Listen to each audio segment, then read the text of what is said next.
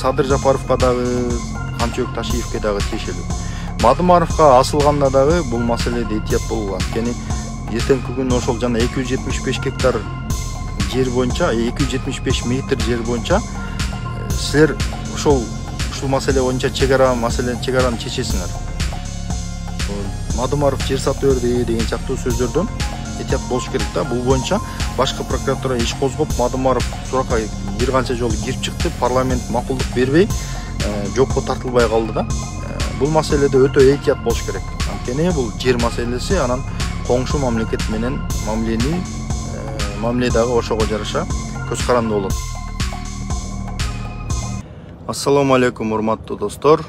Бүгүнкү темабыз ошол үзөңгү куш, каркыра, сох, кемпирабад жана башка биздин коңшу өлкөлөр менен болгон жер талаш жана алардын чечилиши, чегаранын такталышы, анан кийин деги эле ушу жер сатуу мүмкүнбү, жер сатылабы, сатылбайбы, кимдер жер саткан же саткан эмес деген сыяктуу маселелер боюнча мен өзүмдүн ой пикиримди билдирип кетүүнү туура көрдүм да.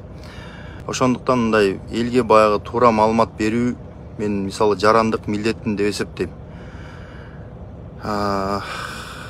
Деги эле Кыргызстандын чегара маселелери боюнча ала турган болсок, жер сатылабы же сатылбайбы деген маселеге келгенде, мына мисалы депутат кезинде ошо баягы Акаевдин убагында Өмүрбек Текебаев, ошо Дооронбек Садырбаев, Раматлык, Исмаил Исаков, дагы Мелис Эшимкановдор, журналист катары, Алмазбек Атамбаев, эми ошол кезде ким оппозиция болсо баардыгы катарынан эле вот мына Акаев үзөңгү кушту Кытайга сатып жиберди деп аябай жомоктордун баарын токуп, мындайча айтканда жомоктойм, өздөрү Азимбек Бекназаров, унутуп калыптырмын.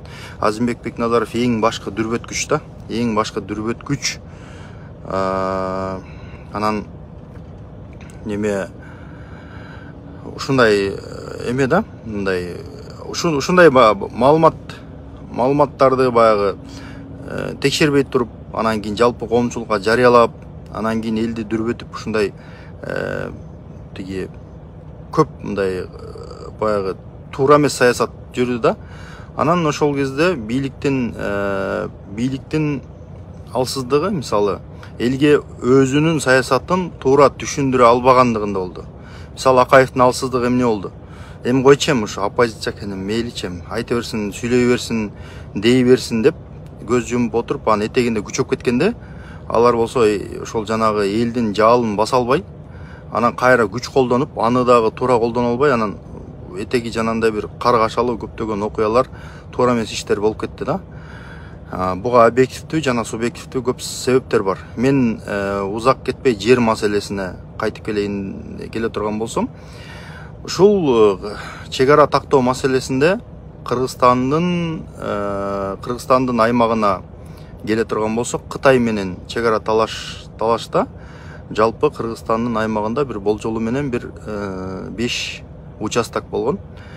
Анан Советтер Союзунун убагында ага чейинки Орусия империясы менен Кытай Цин империясынын ортосундагы талаш тартыштардын маалында ушу көптөгөн жерлерде алардын өздөрүнүн талашкан жерлери болгон.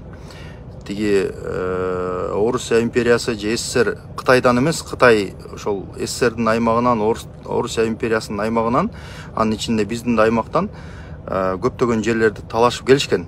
Ал анын мисалы бир далили катары, мисалы Даманский деген арал болгон.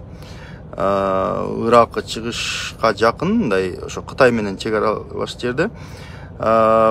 Ошол Даманский аралында 1969 жылы ошол жанагы тиги Мао Цзедун тарабынан ошондой баягы кандай десем ыктыярдуу күчтөр деп туруп, анан бир массалык түрдө адамдарды, куралсыз адамдарды эле мындай эле ошо жерди ээлеп алганга, анан кийин ушундай бир баягы чагымчылык аракеттерди кылышкан. Ошондо СССРдин куралдуу күчтөрү ошол жанагы Дальневосточный военный округтун жетекчиси ошол өзү жоопкерчиликти алып туруп, анан курал колдонуп ошол жерде жана градтарды колдонуп туруп, анан ошол жерден баягы 5000ден ашык кишини кырып таштаганда анан ал жерден жанагындай расследование келгенче жазга чейин баягы жерлердин баардыгын, өлүктөрдүн баарын тазалап, көмүп, айтор эметип туруп, анан кийин үстүнө тегиздеп туруп баягы жерди айдап салышкан да. Анан ошентип анан жана оондун күчтөрү тиги булар келгенде баягы жигин көрсөтпөй жок кылып салышкан. То есть ушуга окшогон мындай көптөгөн кандуу окуялар болгон. Бирок азыр аралдын кытайча аталышын унутуп атам, Ленбяо эле ушундай унутуп атам да азыр. Интернеттен карасаңар ошо Даманский островдун азыркы аталышы. Анан ушуга окшогон кандуу окуялар болгон. Ошол окуянын аркасы менен СССР менен Кытайдын мамилеси узак жылдар бою бир ошондо 69-жылдан 90-жылга чейин СССР менен Кытайдын ортосунда мамиле бузулуп калган. Аябай эле бузулуп калган да. Анан ошондой талаштарды болуп, анан 1990-жылы Горбачев бийликке келип баягы өз алдынча перестройкасы күчөп, анан баягы башкача саясат жүргүзүп, анан ошол кезде анан Кытай менен кайрадан мамиле жаңы жанданып баштайт. Ошондо тиги СССРдин баягы президентинин биринчи визитин ошол Кытайга жасаганда алардын негизги талаптары болгон. Ошол талаптарды мына жер боюнча сүйлөшүү процесстердин кайра баштайсыңар. Анан кийин жанагы Орто Азиядагы жана башка жакта ошо Кытайдын чегарасына жакын жерлердеги көптөгөн военный округдарга жанагындай танкаларды, курал жарактардын баардыгын алып келип койгон да. Биздин Кыргызстандын аймагында да көп болгон, Тажикстандын аймагында дагы, Казакстандын аймагында дагы жанагындай куралдуу күчтөрдү алып келип, анан ошол жерде баягы мындай күч өткөн да, чегарадагы эмени көзөмөлдү күч өткөн. Ошонун баардыгын артка кайтарасыңар, андан кийин сүйлөшүү жүргүзөбүз дегенде. Анан ошо менен макул болуп, анан СССР тарап ошол жана куралдуу күчтөрдүн баардыгын артка чакыртып алып, чегарадан алабыз. Ал жерде биздин куралдуу күчтөр болбойт, азыраак болот. То есть керектүү өлчөмдө гана болот. Ошондуктан биз конфликттен алыспыз, биз сүйлөшүүгө даярбыз деп туруп, анан ошо менен жанагы немеге сүйлөшүү башташкан. Анан сүйлөшүү башташкандан көп өтпөй эле СССР тарап кетти. 1 жылдан кийин эле СССР тарап кетти. Анан ошо менен баягы Кытай баягы СССР менен чегаралаш турган жердеги 5 республика, Россия өзү, анан кийин бер жакта Казакстан, анан кийин Кыргызстан, анан Тажикстан, 4 республика менен өз алдынча сүйлөшүү жүргүзүп баштады. Анан тиги Россия тарап болсо, ошол Ельциндин убагында жана Даманский островду өткөрүп беришкен. Дагы бир топ жерлерди, талаш тартыштуу жерлердин башаягы бир ошол тиги 50-сү силердики, 50-сү биздики деп, анан тигилер Кытайдан сураган жердин 50%-ын Кытай тарапка берип, анан биротоло чегара маселесин чечип алышкан. Бир нерсени тактап кетейин, мына азыр бүгүнкү күндө Си Цзиньпиндин саясаты абдан катуу жүрүп атат. Кытай анча-мынча нерселерге баш ийбейт, сүйлөшпөйт. Азыркы кезде Орусиянын саясатчылары айтып жүрөт да. Менде мындай өтө ишенимдүү мындай маалымат булактары бар, ошолордун угуп атам. Айтып жүрүшөт алар.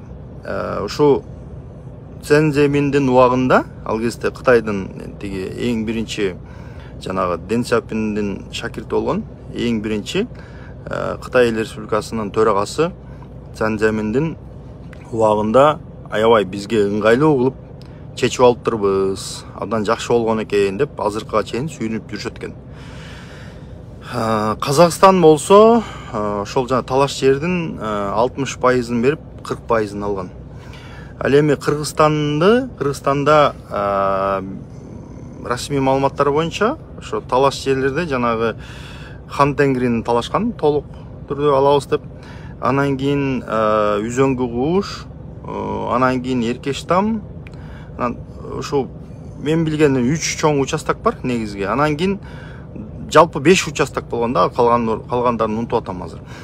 Анан ошол жанагы 5 участоктун ичинен ошол үзөңгү куш боюнча негизинен сүйлөшүү жүрүп, анан ошо үзөңгү куш боюнча биз бир участокто өткөрүп бергенбиз.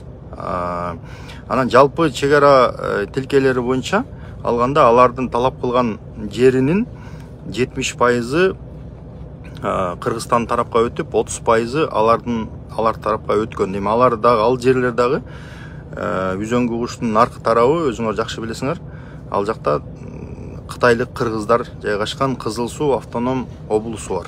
Синжан уйгур автоном районунун курамында. Анан азыр тактап коеюн, Синжан уйгур автоном районунун курамында Кызыл Суу автоном облусу бар. Анан эртең дагы бирөөлөр чыгып алып, анан сабатсыз, анан бул райондун ичинде область кантип болсун деп дөрүй тургандар болсо, мен заранее айтып коеюн, Google'дан карагыла. Ушундай. Кызыл Суу автоном облусу ошол Синжан уйгур автоном районунун ичинде. Анан кийин муну мен ойлоп тапкан жокмун, муну кытайлар ушинтип атаган. Анан кийин ошол жерде жанагы жер Кызыл Суу автоном облусу тараптагы кыргыздар пайдаланат ошол жерлерди. Анан Хан Тенгринин бир бөлүгүн, мындай бир тарабы, ошо Кытай тарапка караган тарабын кытайлардыкы деп таанылган, кыргыз тарапка караган тарабын кыргыздардыкы деп таанылган да. Анан ушундай чечимдер болгон. Анан Эркештам боюнча, Эркештам толук биздин тарапка чечилген, дагы бир топ берки участоктордун баары биз тарапка чечилген. Биздин тараптан чегинүү бул ошол үзөңгү куштан болгон, анан кийин жанагы эмеден болгон. Хан Тенгринин бир тарабынан болгон да. Анан бул расмий маалыматтарды жанагы илгеркетиги падышалык Россия менен Цин империясынын ортосундагы талаштарды баардыгын документтерин архивден алып чыгып карасаңар болот дей. Саясатчылар жанагындай саясатчыларга ишенбейсиздер биринчи. Ошол документтерди алып чыгып мынтип карасаңар, ар бир эле жаран азыр барып архивден документтерди алып чыгып карай алат, көрө алат да. Бул боюнча белгилүү аскерий ишмер бар. Бул тиги коомдук ишмер бар, эми аскер тармагында иштеген Алик Орозов. Ошол Алик Орозовдун макаласы бар. Акипрессте азыр унутуп атам, үзөңгү куш боюнча. Ошол Алик Орозов дагы ошол сүйлөшүүгө катышкан, ошол процесске аралашкан кишилердин бири. Мына ошол кишилердин макаласынан ошол жерден көп маалыматтарды тапсаңыздар болот.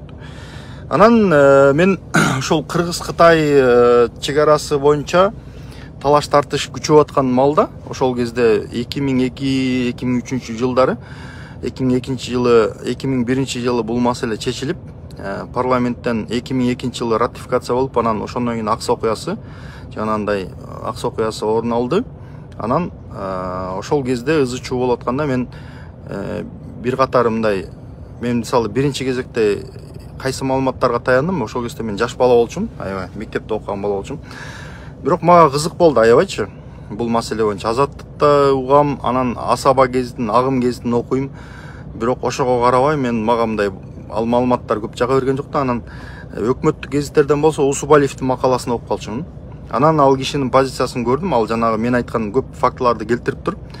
Даманский аралынан баштап теги ошо Цин империясындагы убагындагы талаштан баштап Даманский аралы, анан бери көздөй баарын чууртуп, факты менен көрсөтүп айтып берген да. Усубалиев Кыргызстандын Советтик Кыргызстандын 25 жылга жакын башкарган саясий ишмер. Андан кийин Абсамат Масалиевдин пикири бул боюнча кандай болду экен дегенде, ал киши кыска эле айтыптыр. Үзөңгү куш деп ат эле айтып турбайбы? Ошондуктан бул кыргыздын жери дептир. Эми ал киши мындай, ал кезде оппозицияга кошулуп жүргөндүктөн тиги жакта баягы саясатта жүргөн өзүнүн соратниктерин баягы мындай ыңгайсыз абалга калтырбай, силердики туура эмес деп катуу айтпаптыр да. Бирок ушундай пикир келтирген да. Эмне себептен үзөңгү куш дегенде, өзүңөр жакшы билгендей, Кытай тараптагы кыргыздардын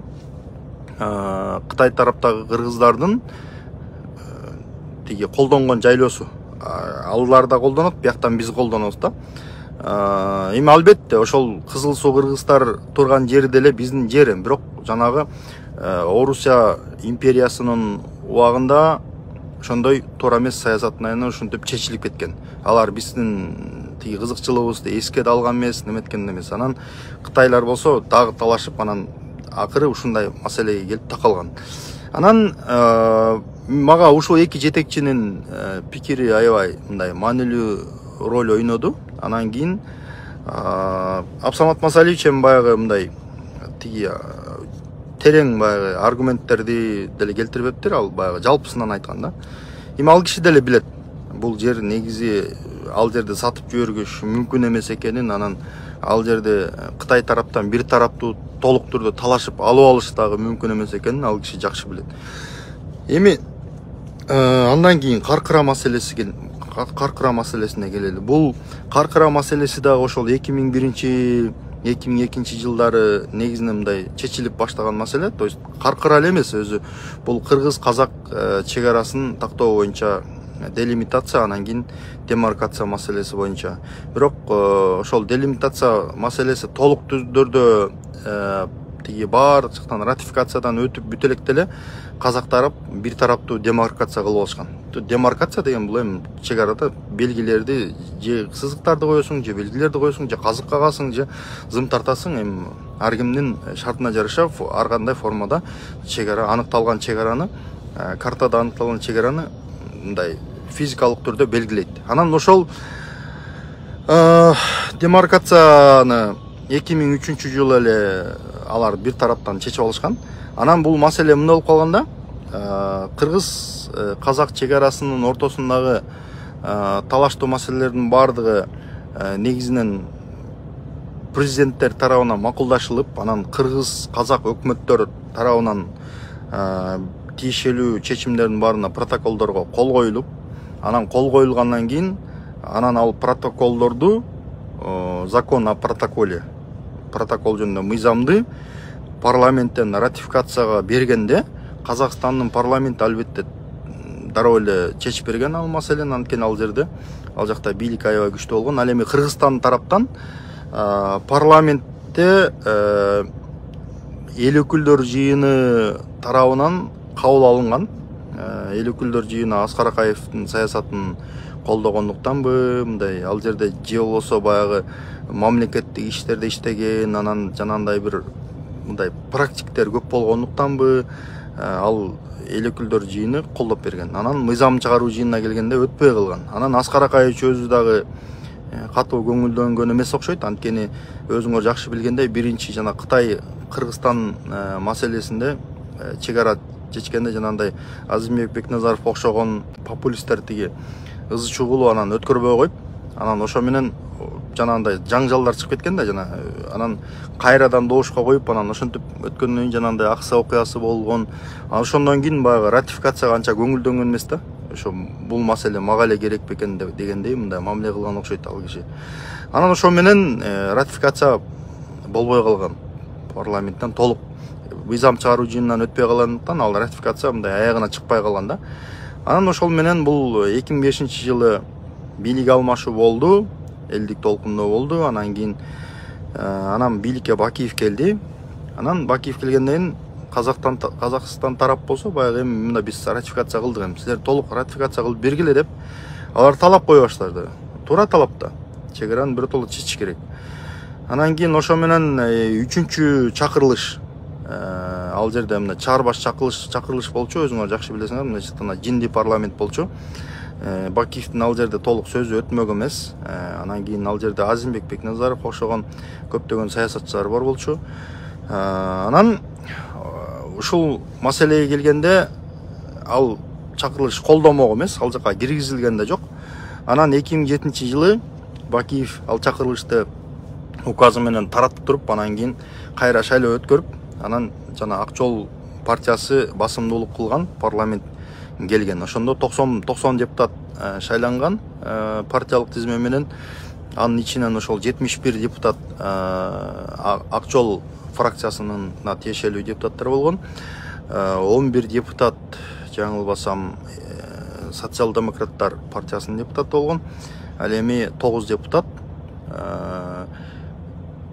коммунисттер партиясынын тиешелүү фракциянын депутаттары болгон. Анан ошол жерде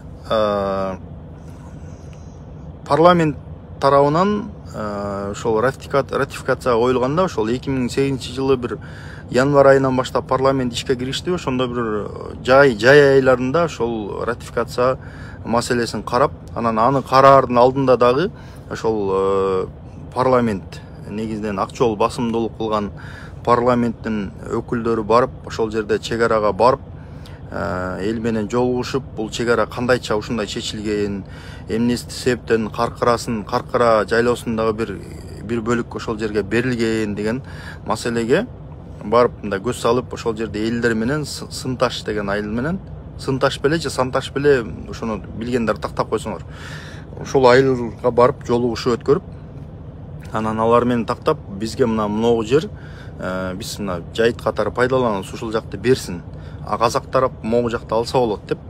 Анан тиги казактарга тиешелүү деген жерден Кыргызстандын тарапка 1120 гектар же 1150 гектардын тегерегинде Кыргызстан тарапка өткөн. Ал эми Казакстан болсо 620 гектарбы ушундай жерди Кыргызстанга тиешелүү деген жерден алган. Анткени ал жерде алардын жана жолу өтөт экен. Аны дагы мындай чек арадан карап тактап өзүңөр көрсөңөр болот да. Анан ошентип ал маселе чечилген да. Бирок деген негизги бул жерде баягы утулуш деп эсептейм мен. Мисалы, бул утулуш кайсы жерден болгон? Таластагы жанагы Көксай айыл өкмөт айылынын тушунда жанагы эки чоң клин, тиги большой клин, малый клин деп өткөн. Анан ошол мындай шына сыяктуу болуп эле кирип кеткен да. Тегиз жерден Көксай менен, Көксай деген жерде чоң сай бар ичинде. Ал жерге баргам мен. Бир топ тиги чек ара боюнча сүрөттөрдү тартып, ошол казактардын тарткан зымдарын баардын түйүнөн бир канча кадрларды тартып, анан Мирбек экөөбүз барып тартып келип, Мирбек Азаттыкка берип, анан ал аркылуу жана интернетке чыкканда менин фотоаппаратым менен тартылган сүрөттөр азыркыга чейин пайдаланып жүрүшөт. Тиги ар ким өзүнчө менчиктеп алып, авторун атабай эле ошол сүрөттөрдү пайдаланып жүрүшөт да.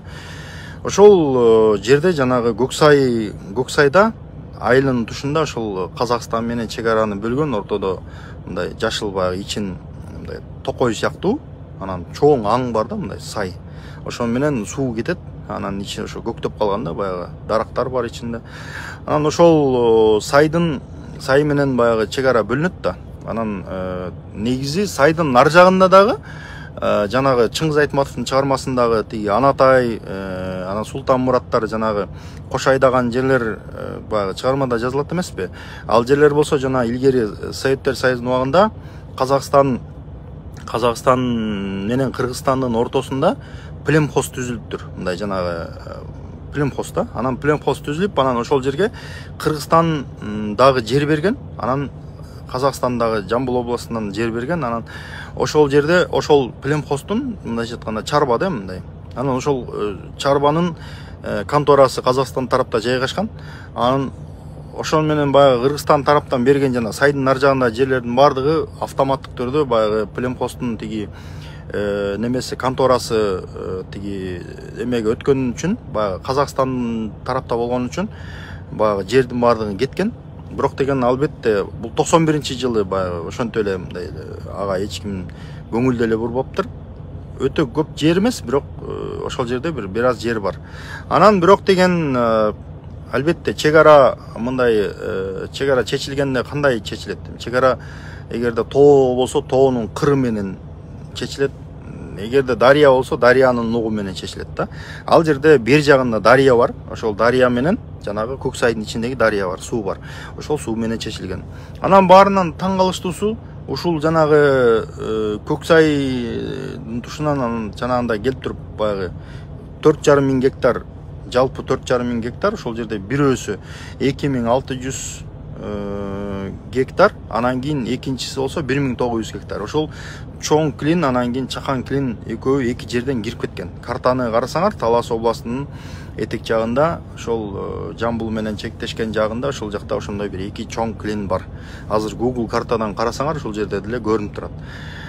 Анан ал жер ошол чечилгенден баягы 2008-жылы чечилген менен биздин жергиликтүү тургундар, кыргыздар ошол тиги Көксай айылынын тургундары малдарын жайып жүрөшкөн. Анан 2010-жылы тополоң болуп, анан кийин бийлик алмашканда анан казак тарап кой эми бир чек араны бекитпесек болбойт, бул жактан ары бери өтүп тиги дагы айлабызды кетирет, проблема болбосун деп анан алар дароо жана зым тарта башташкан бардыгына.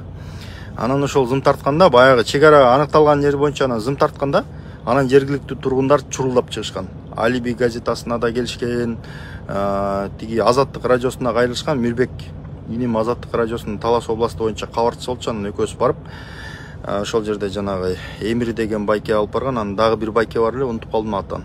Ошол X5 деген машинасына салып алып, жол аябай жаман экен. Анан бир топ жерге барып, анан айланып барып, жанагы Клинди айланып барып, анан бүттүгүн тартып келгенбиз.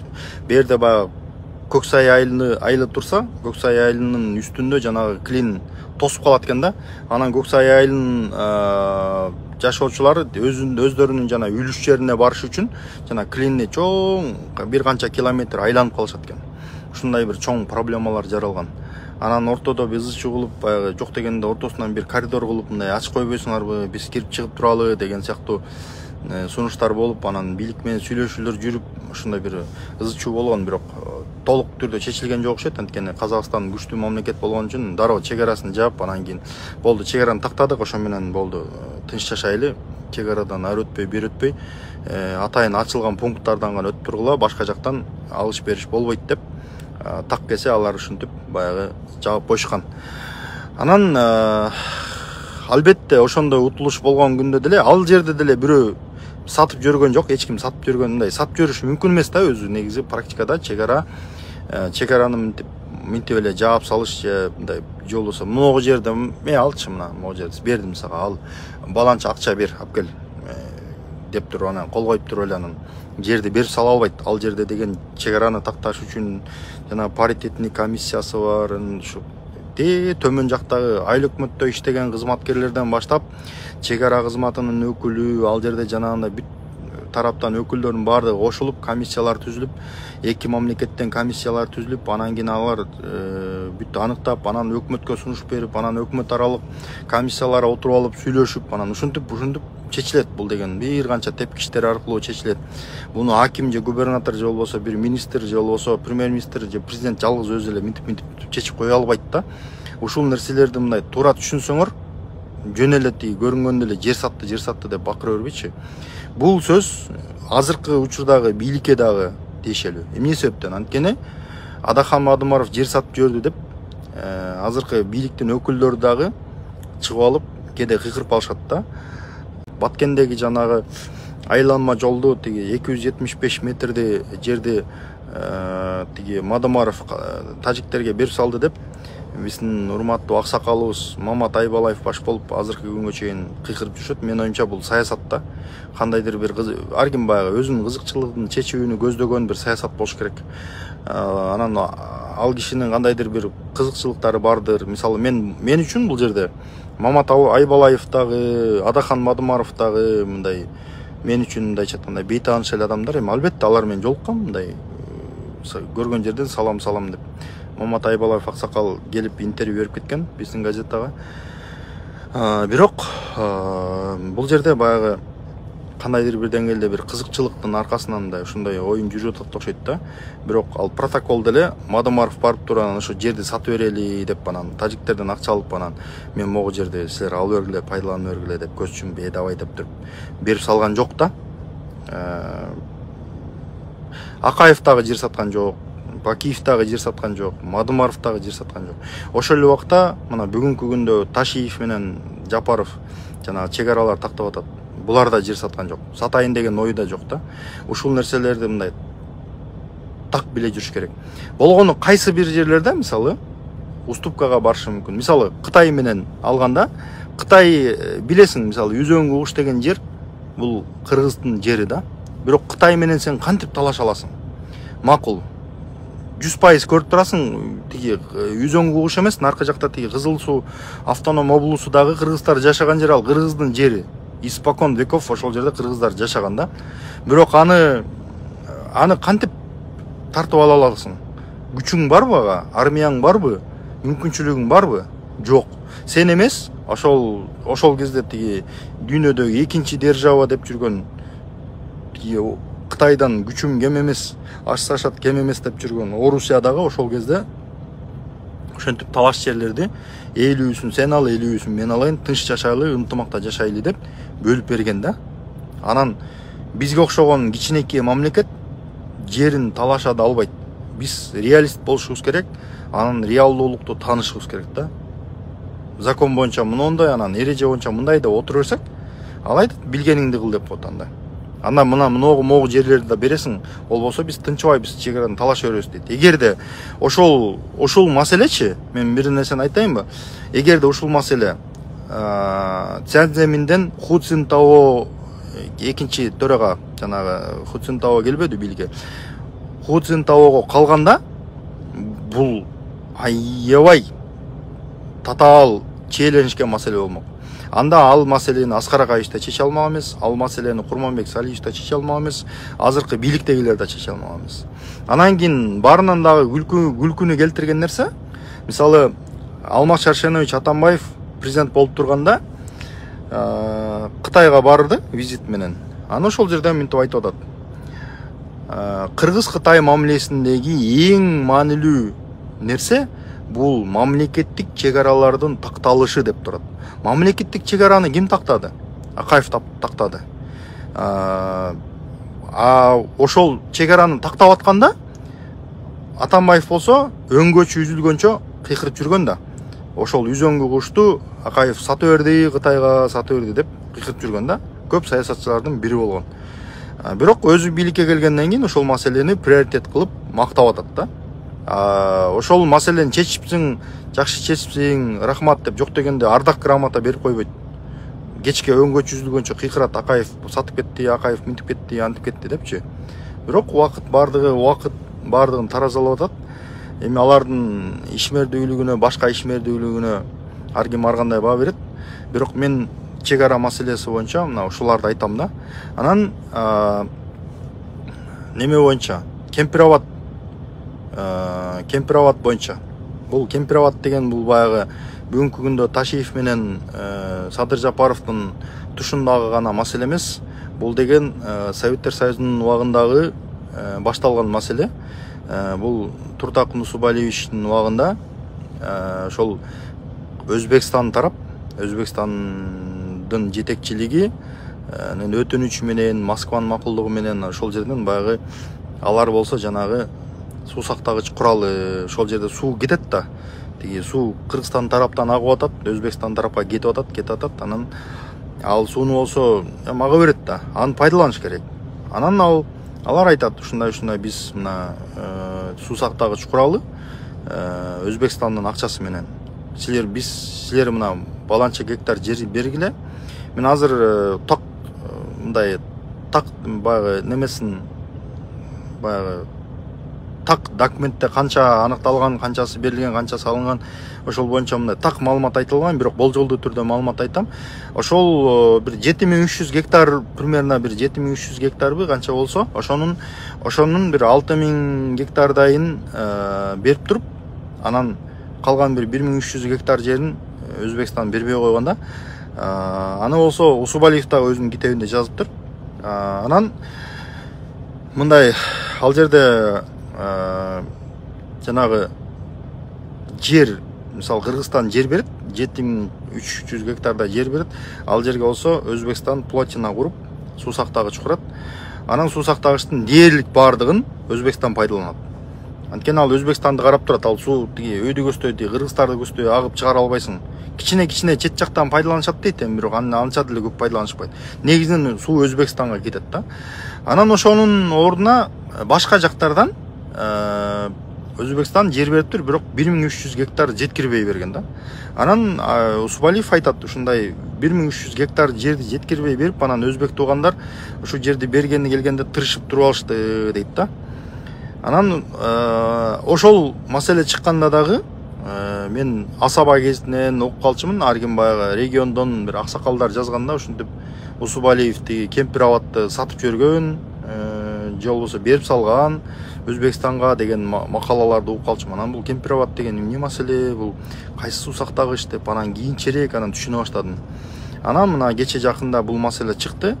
Өзбекстан болсо кемпир абадты бизге бергиле.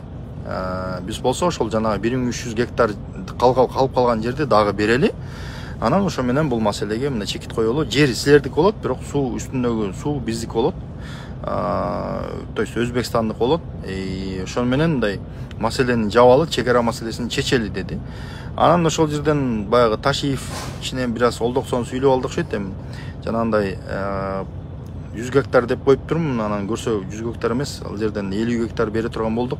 Мен тиги жакшы билбей айтып алып турмун деген маселе бүгүнкү күндө коомчулукта аябай талуулуу маселе болуп, өтө мындай эме болуп чиеленишип кетти да. Бирок деген эгерде Кыргызстанды ойлогон жарандар болсо, эч качан бул маселеден популизм жаратпаш керек. Ушул сөз курум тиги Садыр Жапаровго дагы, Канчыбек Ташиевке дагы тиешелүү. Мадымаровго асылганда дагы бул маселеде этият болгула. Анткени эртеңки күнү ошол жана 275 гектар жер боюнча, 275 метр жер боюнча силер ушул маселе боюнча чегараны чечесиңер. Акыры силердин мойнуңарда да. Бул тажиктер менен сүйлөшүп, бир жерден утуп болсо дагы чегараны чечиш керек. Зымды тартыш керек. Болбосо тынчыбайт кырдаал. Ошон үчүн эми делимитация кыла турган бардык жерден кылынат да, бирок демаркация бардык жерде кылынбайт. Мисалы жанагы Баткенде жанагындай мен өзүм баргам да, 2011-жылы Отунбаева менен баргам журналисттер болуп. Ошол жерде жанагы тажик бери кыргыз, бери тажик, бери кыргыз, бери тажик болуп, мындай шахматный порядка мындай болуп үйлөр тизилген жерлер бар экен да. Бир эле айылда жашашат экен. Анан огороддон бөлүп мынтип зым тартып, ал жерде кантип бөлүп сала аласың, мындай аябай кыйын да. Же анда жерлерди алмашып, элдерди көчүрүп, алар ары көчүрүп, биз бери көчүрүп, ушинтип чегараны чечпесек, анда ал адамдардын баарына үй салып бериш керек, шартын түзүп бериш керек. Ушундай чоң маселелер бар да. Анан алар болсо ата бабалары жашаган жерден алар эч качан ал жерден кеткиси келбейт да. Мен ушул жерде атам жашаган, чоң атам, бабам, бубам жашаган, мен бул жерден кетпейм дейт. Ошондуктан ошол маселе эртеңки күнү чечишке туура келет. Анан ошондо Мадымаров жер сатып берди деген сыяктуу сөздөрдөн этият болуш керек да. Бул боюнча башкы прокуратура иш козгоп, Мадымаров суракка бир канча жолу кирип чыкты, парламент макулдук бербей, жоопко тартылбай калды да. Бул маселеде өтө этият болуш керек. Анткени бул жер маселеси, анан коңшу мамлекет менен мамиле дагы ошого жараша көз каранды болот. Ал эми ошол Кемпирабад маселесинде дагы мисалы Жеңиш Молдокматовду мисалы камакка алышты. Мындай мен мисалы ушуга мындай анча деле колдогум келген жок. Эмне себептен дегенде, Жеңиш Молдокматовду тиги балким кайсы маселе боюнча камакка алды, жана Октябрь окуясы боюнча, жана башкалар боюнча айыптап атты да. Бирок деген ошол Жеңиш Молдокматовдор барып туруп, жанагы плотинанын түйүнө туруп алып туруп, элдерди чогултуп, анан өздөрү араң турган элдерди тынчтандырган ордуна ошол жерге барып алып туруп, анан популисттик саясат кылып, кыйкырып өкүрүп, биз жерди саттырбайбыз, жерди бербейбиз, андай мындай, мына деп чыгалып туруп кыйкырып атат да. Бул деген мамлекеттин тагдыры менен ойногондук. Чегара саясатты башка жерден жасагыла. Башка жерден, казинодон жасагыла, жана башка жерлерден каалашыңарча өңгөшүңөр үзүлгөнчө айта бергиле, кыйкыра бергиле. Бирок деген чегара маселесине келгенде этият болгула. Чегара маселеси менен ойнобогула, тамашалашпагыла. Бийлик дагы ушул нерсени, ушул маселеде этият болуш керек. Оппозиция да ушул маселеде этият болуш керек. Бул маселени колдон келсе, жабык караш керек. Коомчулук менен талкуулап, анан минтелүү, анан боланча жерди 20 гектар берелүү, бербелүү, анан давайте мындай деп чогулушка салалы, анан тиги бу деген сыяктуу саясат кылбай, бул маселени жабык коомчулуктан мындай жабык чечип туруп, анан кийин баары чечилип, такталып, метрине чейин, сантиметрине чейин аныкталгандан кийин биз тараптан дагы толтура патриоттор бар. Алар тараптан да толтура патриоттор бар. Ошолор кырылып, кызыл чеке болуп, сен жинди, мен жинди дегенге чейин, жакалашканга чейин барсын мейли. Жабык эшик артында. Анан кийин чечишкенден кийин, анан жакшынакай галстук, костюм шумдарды кийип чыгып, элдин алдына чыгып, анан туугандар, мына биз могу маселелер боюнча мондай такташтык, мондай чечиштик, мондай кылдык, мына маселе бул ошо менен чечилди. Ушул маселени ратификациядан өткөрөбүз. деп туруп анан мына чек ара ушундай болот деп эме маселеге чекит коюш керек. Мисалы Өзбекстан Каримовдун убагында сокко коридор бергиле деп мындай кандай десем аябай өтө мындай өктөм жол болсо мындай өтө баягы берсеңер да беришиңер керек, бербесеңер да беришиңер керек деп, болбосо чек араны тактабайбыз деп тырышып ушуга келишкен да Раматылык Каримовдун убагында. Ошол тиги Аскар Акаевичтин убагында ошол чек аранын Өзбекстан менен чек аранын 85% чечилген. Ошол 85% чечилгенде ошол чечилген чек араларды өзүнчө протокол менен бекитип койбойлу дегенде Өзбекстан тарап макул болгон эмес. Макул болбой, анан ушул маселе мындай ырбап чечилбей келген да. Бирок баягы негизги такталган жерлердин баарына алар келип туруп зым тартышкан. Бирок ал болсо баягы өкмөттөр аралык протоколлорго кол коюп, анан тиги протокол жөнүндө мыйзамды апарып парламенттен ратификация кылмайынча ал күчүнө кирбейт да. Анан алардын талашы ушул сок маселесине келгенде сокко коридор бергиле деген айтат. Баягы мен де мындай бир маалымат угуп калдым. Ошол жана сок аркылуу баягы чек аранындай тиги ошол жерден бир коридор ачып алып, анан Кытайга чыгам дегенде бир ою болгон тиги бу дейт. Эми аны ким билет, эми аны деле мындай баягы Өзбекстандын Кытай менен түздөн түз чек арасы жок да. Анан аны ким билет, эми балким ал жөн эле сөз болушу мүмкүн. Бирок Өзбекстандын ошол тиги сокко коридор бергиле деген мындай туруктуу бекем позициясы бар болчу, талабы бар болчу да. Анан кийин ал маселеден мисалы Мирзиёев келгенде ал маселеден баш тартышты. Бизге коридордун кереги жөн эле мындай эле упрощенном порядке, то есть биз чек арадан по-любому тиги сок алардын жери болгондон кийин Өзбекстандан, Риштан районунан тиги сокко өтүп каттап кирип чыгып туруш керек да, туурабы? Анан кийин Кыргызстан жөнөкөйлөштүрүлүп берилди. Биз дагы соктон мындай шарт түзүп берели ары бери өткөнгө, болбосо тиги айланма жол менен өтөргүлө деп маселени алар дагы кабыр астынан коюп, бул маселе чечилген да, дээрлик чечилди. Андан тышкары жанагы Ала Бука районунда бир 26 миң гектардын тегерегинде бир жер болгон экен. Жанагы СССРдин убагында ошол кезде тиги райондун жетекчилиги убактылуу Өзбекстан тарапка колдонуп тургула, бул жердин салыгын биз төлөй албайбыз, акчабыз жок деп өткөрүп берип койгон экен. Ошол жерди мисалы Өзбекстан биз тарапка өткөрүп беребиз деп атат да. Аны тиги Ташиев пресс-конференциясында айтты. То есть ушундай маселелер болуп атат да. Балким Каримов болгондо бул маселе жөнүндө балким сүйлөшүү башкача болмок. Балким ал айтмак, ошонун бир 10 канча миң гектар жерин берем, бизге 50/50 кылып чечебиз деп демек да. Биз айла жок, ага дагы макул болушубуз мүмкүн болчу да. Бирок Кудайга шүгүр ошол жерди мисалы толук кандуу алар бизге өткөрүп берип атат. Ал эми жанагы ал жерде дагы Орто Токой суу сактагычы бар. Ал жерде дагы жана Кемпирабад сыяктуу маселе, ал дагы тиги Өзбекстан тараптан курулган суу сактагыч, бирок суусу негизинен Өзбекстан тарапка агат. Кыргыз тараптар аз эле пайдаланат ал жерде дагы жер менен жанагы суу Өзбекстандыкы, жер Кыргызстандыкы деп, анан кийин алар башка жерлерди берип ушинтип курулган да. Дээрлик ушундай мындай талаш маселелер. Анан ачкан жанагы Уңгар тоо деген. Үңкүр тоо эмес, Үңкүр тоо деп туура эмес айтып жүрүшөт.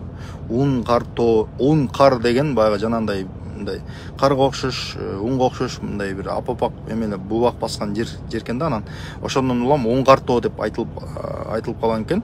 Анан кийин тиги ошол Уңгар тоо тиги Өзбекстан жанагы 1957 жылы эле же 55 жылы эле ошол Кыргыз СССР Жогорку Советинин президиумунун төрагасы Кулатовдун жана Кыргыз СССР министрлер советинин төрагасы Абдысүйөркуловдун колу коюлган, ана Кыргызстандын чек арасын тактоо деген тиги эме боюнча, документ боюнча ошол жер Өзбекстандын чек ара жери деп мындай аныкталыптыр да. Анан ал боюнча алар талашып жүрүшкөн. Мына бул биздин жери деп талашып жүрүшкөн. Бирок ошол кагаздын негизинде талашып жүрүшкөн. Бирок бул маселе дагы мисалы Мирзиёевдин убагында ал Уңгар тоону биз талашпайбыз, ал бергиле деп Мирзиёев мындай эле чечип койгон. Ал дагы уступкага барып атат да. Эртеңки күнү өзбектер деле чыгып, ал кишини дагы эртең сен тиги кыргыздар тарапка тиги тартып атасың, Кыргызстан, Өзбекстандын кызыкчылыгын сатып атасың деген сыяктуу талаштар болушу мүмкүн да. Мисалычы, алар дагы уступкага барып атат. Ушундай мүмкүнчүлүк болгондо чек араны мүмкүн болушунча чек араны тактап чечип тактап алыш керек. Албетте Кыргызстан менен Өзбекстандын чек арасынын 85% жанагы негизинен Акаевдин убагында такталып бүткөн чек аранын 85%-на тиги Атамбаевдин убагында Мирзиёев менен Атамбаев сүйлөшүп, анан өкмөттөр аралык келишим түзүлүп, анан парламент ратификация кылган. 6-чы жок 5-чи чакырылыш ратификация кылып, ошон менен бул маселе жабылган. 6-чы чакырылыш беле, унутуп атам азыр. 6-чы чакырылыш экен, 6-чы чакырылыш ратификация кылып, бул маселе ошо менен жабылган. Ошол. Анан кийин мен дагы бир жолу айтам, биздин саясатчылар чек ара маселесин ырбатпай, өздөрүнүн кызыкчылыгына колдонбой, анан кийин биз дагы сүйлөгөндө мындай этияттап сүйлөсөк, жерди сата берген, анан анте берген, анан Кытайлар биздин жерибизди алып алган, анан кийин биз жерди тартып алабыз, анан биз Манастын тукумдарыбыз, анан ал эле бул эле деген сыяктуу бир дөөрүгөн жол болсо реалдуулуктан алыс, анан 200-дүүлөнгөн, популисттенген бир сасык оюңарды, сөзүңөрдү коомчулуктун алдына айткандай этият болгула. Жара калса мына мага окшогон жарандар, саясатчыларга айтып атам мунучу. Карапайым жарандар, жада калса мага окшогон жарандар дагы этияттап сүйлөш керек бул маселе боюнча. Бул өтө олуттуу, өтө мындай айтканда орусча айтканда щепетильный вопрос да булчу. Ошон үчүн чек ара маселесинде популисттик саясат жасабагыла. Эч ким Кыргыздын жерин сатып жибере албайт. Өзбекстан дагы өзүнүн жерин сатып жибере албайт. Бул маселени мынтип бир тараптуу андай же мындай деп чечип коюш мүмкүн эмес. Ар бир өлкөнүн өзүнүн патриоттору бар, мекенчилдери бар, улутчулдары бар, өздөрүнүн адистери бар, мыкты уулдары бар, кыздары бар дегенде. Бул чек ара маселеси ушинтип такталып чечилет. Ошол жада калса ошо Кытайдагы ошо Кыргызстандан жөн эле чек арага аскерлерди каптатып барып деле чечип алабыз десе деле болмок. Мисалы Кытай тарапчы, бирок деген алар дагы биз менен сүйлөшүп, маселени неметип, анан кийин биздин ыгыбызга да көнүп, ошондой уступкага да барып, ошентип чек ара маселесин чечкен. Ошон үчүн эч бир тарап бул маселе менен ойнобош керек. Эртеңки күнү мисалы Кытайлар келип туруп, мисалы макул анда келгиле, анда чек араны кечке эле ызы чуу кылып атасыңар. Давай пересмотр кылабыз. Кел анда кайра карайлы анда. Кайра тактайлы, анда кайра биз дагы маселебизди коелу, анда кайра башынан чечели десе эмне болот эртеңки күнүчү. Ошон үчүн этияттап сүйлөш керек.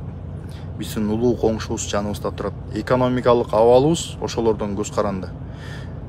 Казакстан менен, Өзбекстан менен, Тажикстан менен бардыгы менен жакшы алака катышта мамилени сактаганга аракеттениш керек. Анын бирден бир маселеси ошол чек ара маселеси. Ошол көңүл бурганыңыздар үчүн чоң рахмат. Бардык маселеде каалаган темада ойной бергиле, каалаган темада саясат кыла бергиле, популизм кылгыла, бирок чек ара маселеси менен ойнобогула. Чек ара бул биздин жерибиздин, мекенибиздин чеги. Бул биздин мекен ата-бабаларыбыздан кылымдар бою ошол мураска калган жер. Анан ошол мамлекет, биздин мамлекетибиздин чеги, мекенибиздин чеги баарыбыз үчүн ыйык жана назик. Бул маселеде биз өтө этияттап мамлекеттин негизги линиясына баш ийишибиз керек. Ошол көңүл бурганыңыздар үчүн чоң рахмат. Суроолорго жооп бере албайм, мен комментарийлерди окуган жокмун. Аз комментарийлерди мындай жылдырып салгам биякта көздөй. Көргөн жокмун. Мен өзүмдүн пикиримди гана айттым, маалымат катары сиздер менен бөлүштүм. Муну талкуулагым келген жок. Анткени чек ара маселеси бул талкууга жата турган маселе эмес. Көңүл бурганыңыздар үчүн чоң рахмат.